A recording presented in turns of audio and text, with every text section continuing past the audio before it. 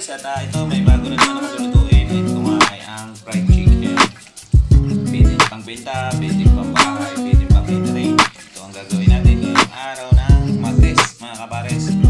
At imamarinate po natin siya sa ito yung aking blender na bawang. Kaya makikita niyo yung blender kong bawang yan. Mamarinate po natin yan. Konting suka po siya, mga kapares. So yan, ayan po ang pagmamarinate yan, mga kapares. At syempre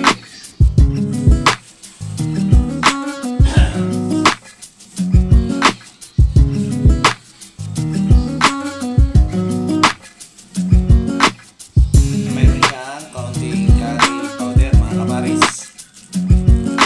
Yan po natin siya i-marinate. And then naman po yan, haluin ang haluin. Yan.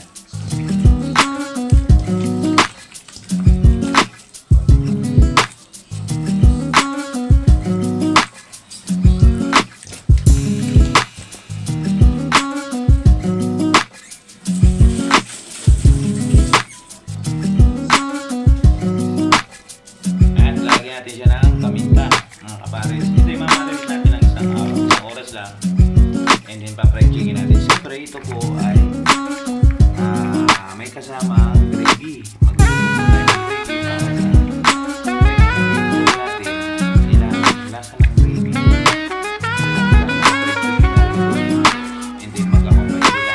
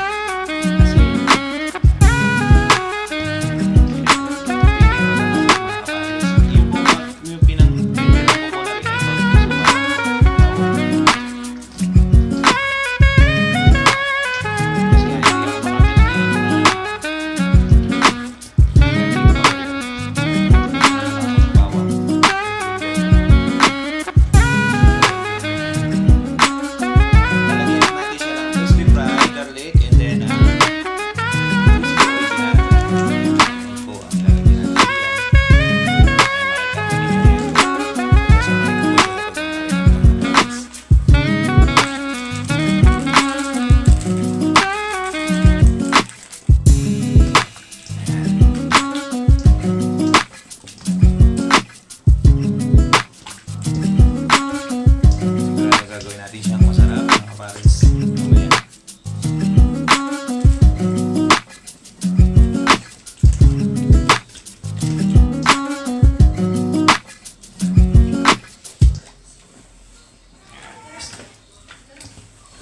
Ayan, mamaya ulit mga kapares. Abang-abang lang. At yan lang po ang kanyang marinate.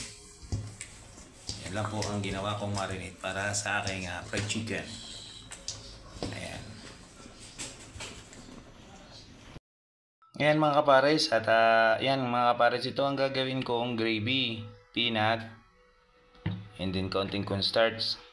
Yan lang po, abang-abang lang po mga kapares, at mamaya makikita nyo kung anong kalalabasan ng aking gagawing gravy para sa chicken, mga kapares. Ayan po, yan po ang aking gagawing gravy, mga kapares. Okay. Yan mga kapares, at ito na, manggagawa na ako ng subutan ng manok ng chicken na aking ginawa, minarinate ko ng isang oras, mga kapares. Ayan, saglit lang mga kapares ha. At aking babatahin ng itlog, mga kapares. Ayan, hanggang batahin ko ang itlog ko at nang ito ay lumapot ang itlog ko. O ayan, sumarap ang itlog ko. Ayan, batihin. O, diba? Lumalapot ng itlog ko, mga kapares. O, ayan. Ayan, binati ang itlog ko at ayan ang lumabas sa itlog ko. Okay, kung ano na lang iniisip niyo yan, minded naman ninyo, mga kapares. Ayan.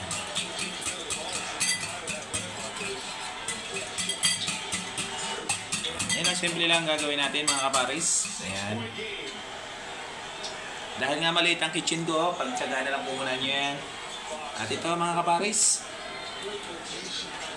Ito naman yung nilaga ko siya ng ng boy tuloy ng crispy fry. Yan po yung mga nilagay ko. Then pinagalo-halo ko siya, may konting harina crispy fry. Yung dalawa, yung garlic fry and then yung crispy fry original. Yan po yung pinagalo-halo ko mga kapares. And then susubot muna natin dito yung ating minarinate, saka natin ipapagulong doon mga kapares. Yan, abang-abang lang po mga kapares. At yun na. Ipisahan ko na. Ito na nga yung ating minarinate. Stop. Ayan mga kapares, at ito na nga yung aking minarinate ng 1 hour. So ngayon iluluto ko na siya dito sa mantika. Ayan, at mainit na. At yan nga po ay may lahok ng mantika ng baboy, kaya ganyan yung kulay. Pero malinis po yan, ini-strainer ko po yan at wala pong dumi dyan. Ayan, abang-abang lang po. At ito nang gagawin. Ito ang gagawin ko. Ayan mga kapares. Susugbot ko po siya dito sa itlog na aking binati. Ayan. And then saka ko po siya dito pagugulungin mga kapares. Ayan. So ayan, makikita naman yung kapares. Simple lang. At siguradong mapapasarap kayo. At mamaya po magagawa po ako ng gravy. Papakita ko rin po sa inyo kung paano. Ayan. Pinagalo-halo ko lang po dito yung harina. Tapos ay crispy fry with garlic. At saka yung crispy original mga kapares. Ayan, dahil medyo warm na ang ating mantika or ang oil, ayan, pwede natin siyang ilagay sa ating mantika mga kapares. Ayan, ganito lang po, simple lang po yung ginawa ko mga kapares. Sana pwede nyo gayahin yan. Nakita nyo yan. Ayan, at isisikan ko na mga kapares.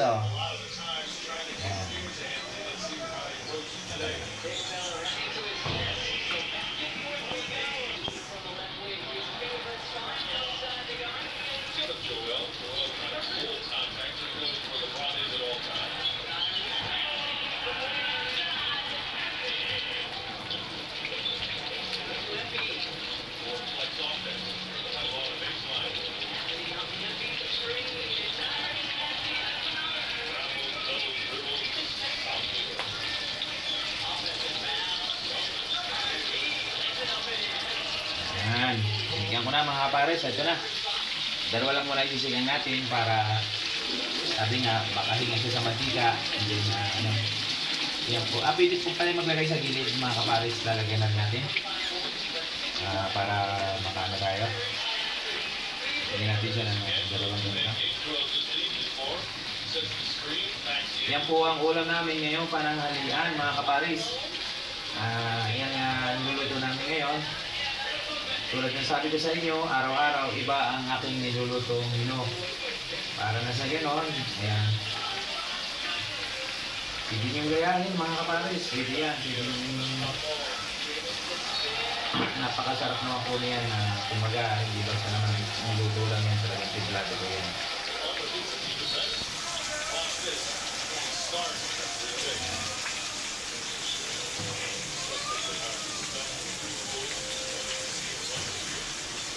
Ayan, abang-abang lang po mga kapares at mamaya po ulit.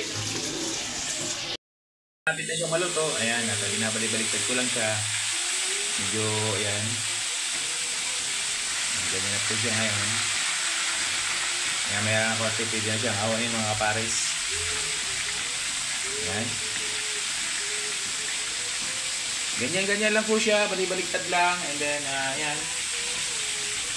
Siyempre, alam naman natin, kailangan tama lang yung apoy. And then, para hindi masunog yung ilalim.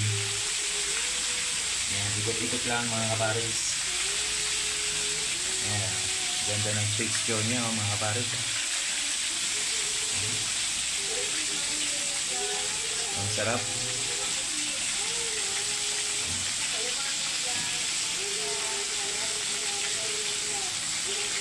Ayan.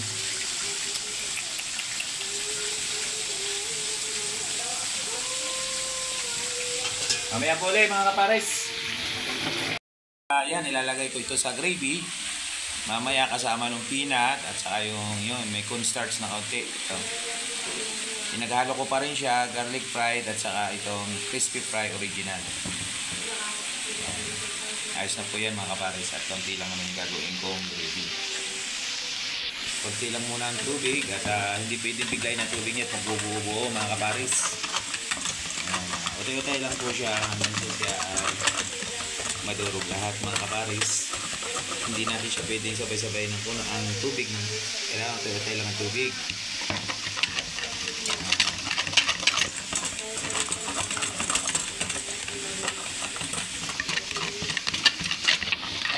Diba hindi siya nagbubuo-buo mga kapares. Kapag binigla mo yung tubig niyan, may posibilidad na magbuo-buo yan mga kapares.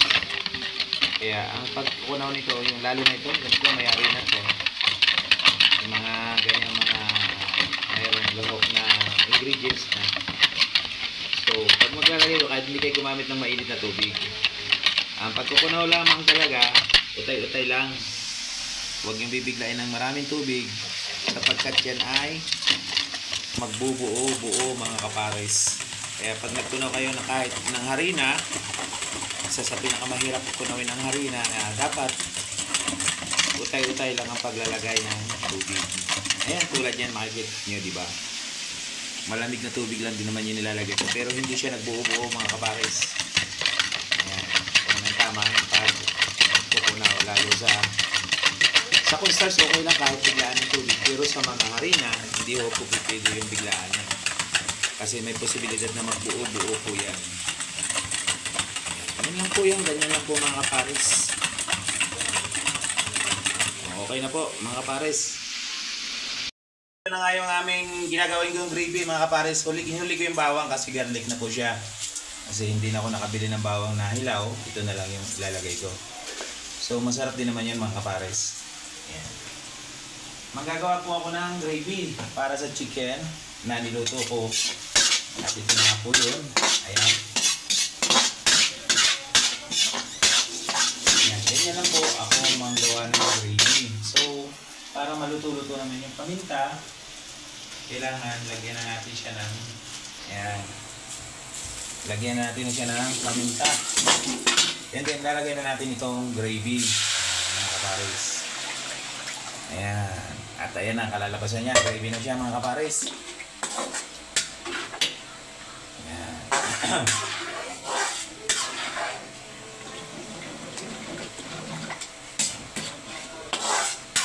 Tapos, lalagyan natin siya ng kaunting suka mga kapares. Bakit po ba siya nilalagyan ng kaunting suka mga kapares? Ay, yan. Konti lang ho yan.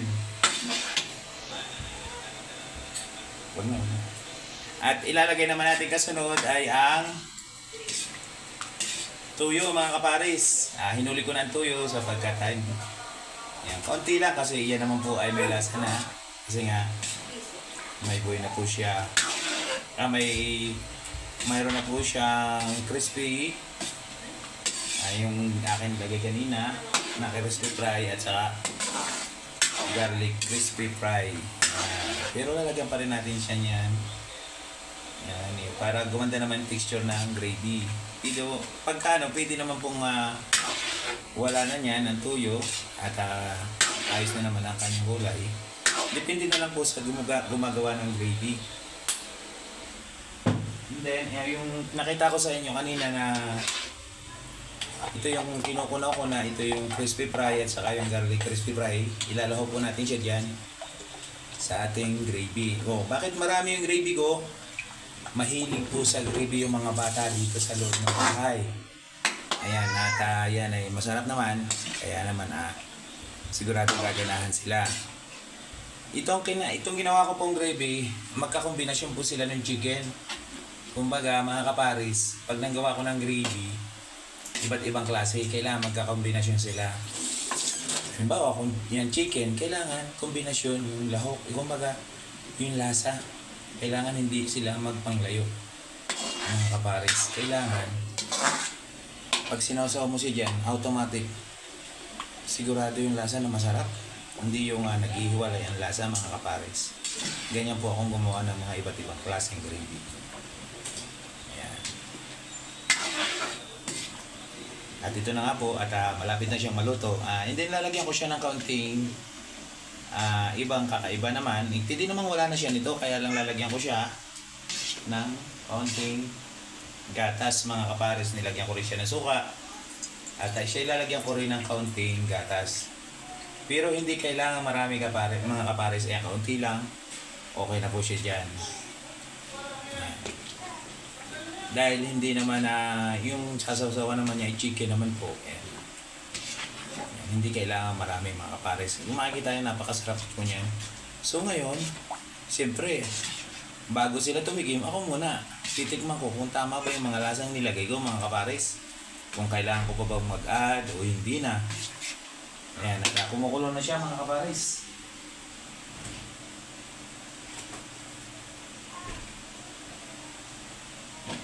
Yan po ang gravy ng aking nilutong manok. Titikman ko na siya. Titikman ko na. O ayan. Grabe, ang sarap. Mapapasana all ka na lang. Ang sarap. Ayan, pwede nyo gayahin yun sa inyong mga bahay-bahay. Yung peanut po ay masarap na gravy para po sa kaalaman ng lahat. Subukan po ninyo yan. At napakasarap po.